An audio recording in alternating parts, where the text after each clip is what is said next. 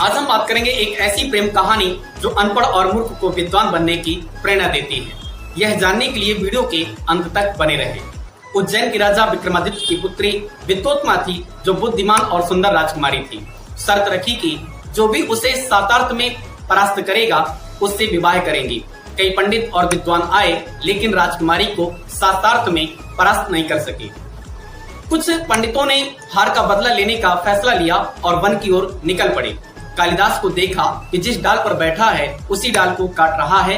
कालिदास को स्वयंवर प्रतियोगिता का अभ्यास करा करके राजकुमारी के सामने प्रस्तुत किया कि ये हमारे गुरु हैं और आपसे शास्त्रार्थ करने आए हुए हैं, लेकिन आज मौन व्रती हैं, इसलिए आपके प्रश्नों का उत्तर केवल संकेत में देंगे, लेकिन हम इनके संकेतों को वाणी से व्याख्या करें। राजकुमारी ने एक उंगली दिखाई कि ब्रह्मा एक है।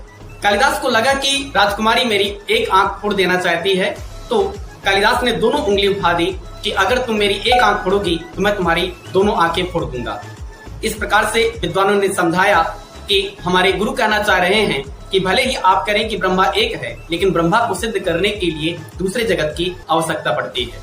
राजकुमारी ने दूसरा प्रश्न में एक हाथ दिखाया कि तत्व 5 हैं।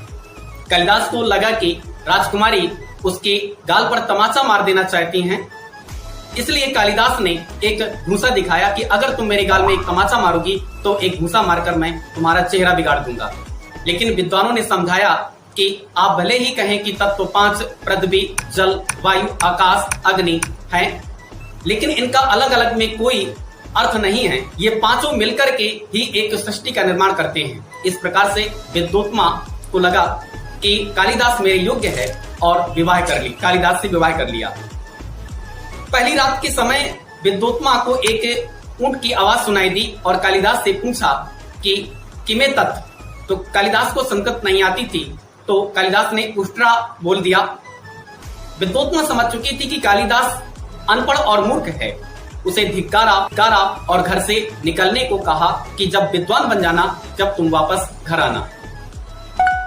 कालिदास ने काली देवी की आराधना की और विद्वान बन गए।